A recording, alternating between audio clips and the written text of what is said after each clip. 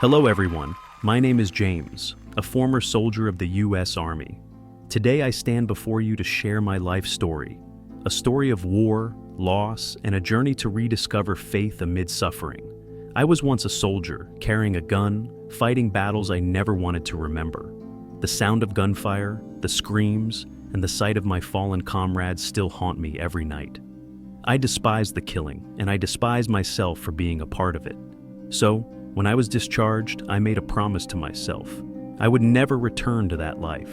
I wanted something different, a life of peace, free from bloodshed and sorrow. During my years of service, there was one moment that changed me forever. It was a dark night on the battlefield, and my unit was trapped in a dangerous forest. Explosions roared around us, and death felt imminent. Amidst the chaos, I heard someone whispering a prayer. It was Andrew, a dear comrade of mine. Despite being gravely wounded, he prayed not just for himself, but for all of us. God is with us. He will not abandon us, he said, his voice weak but unwavering. When I looked into his eyes, I didn't see fear. I saw an unshakable peace. The next morning, reinforcements arrived just in time, but Andrew didn't make it.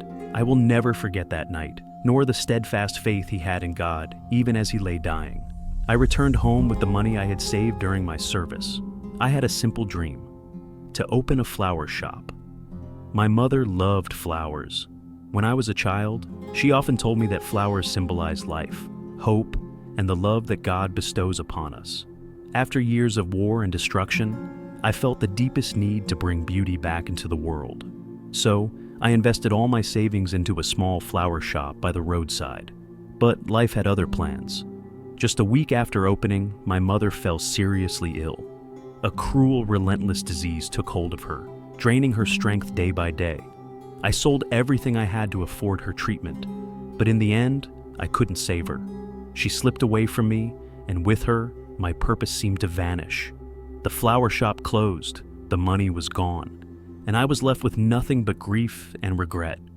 I became homeless, wandering from place to place, blaming myself for not being able to save the one person who had always loved me unconditionally. For a long time, I was lost in despair. I questioned everything, my past, my choices, and even God. Why did he let me lose her? Why did he take away the only thing I had left? I roamed the streets, burdened by guilt, feeling unworthy of forgiveness or love.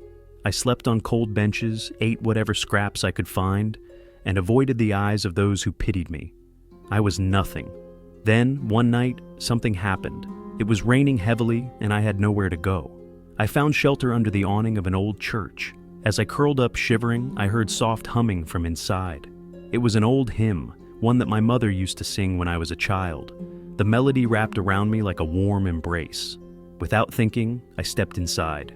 An elderly pastor saw me, his eyes filled not with pity, but with kindness. He didn't ask why I was there. Instead, he handed me a blanket and simply said, "You are never alone." That night, I wept for the first time in years. I prayed, really prayed, for the first time since Andrew's last words on the battlefield. I didn't ask for anything. I just surrendered everything I had been carrying. And in that moment, I felt something I hadn't felt in a long time: peace. It was as if God had been waiting for me all along, patiently, through the war, the loss, and the wandering. He had never abandoned me. I had just stopped looking for him. Since that night, my life has slowly begun to change. I started helping out at the church, doing small tasks in exchange for meals and a place to sleep. I found purpose in serving others, offering a kind word to those who were struggling, just as that pastor had done for me. Over time, I realized that suffering doesn't mean God has forsaken us. It means he is preparing us for something greater. Every wound, every loss, every hardship has shaped me into the man I am today. I don't have much now, but I have faith, and that is more than enough. If there's one thing I've learned through it all, it's this: no matter how far you've fallen, no matter how lost you feel, God is always there, waiting for you to turn back to him. And when you do, you'll find that he has never left your side. Thank you for listening.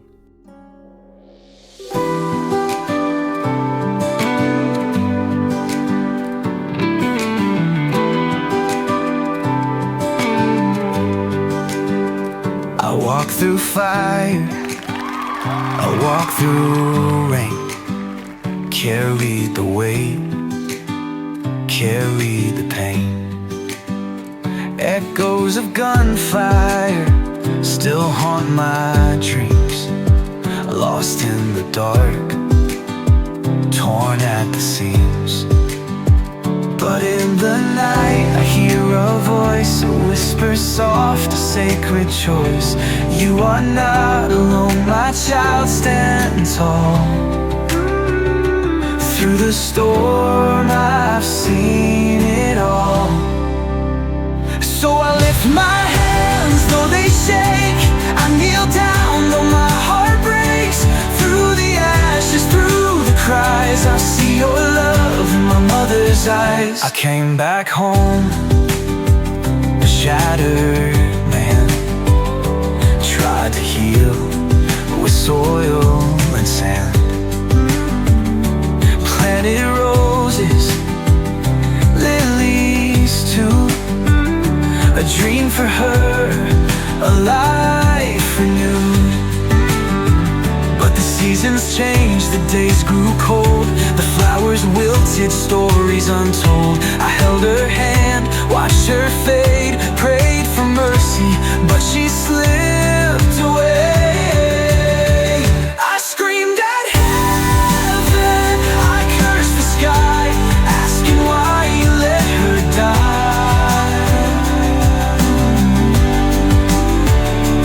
Falling deeper, drowning slow, lost in sorrow, lost in woe.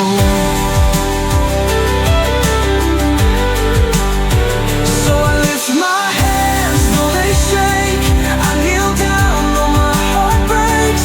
Through the ashes, through the cries, I see your love in my mother's eyes. Now I wander, a weary soul, through empty streets with nowhere to go. The world keeps moving, I stand still, trying to find your hand, your will.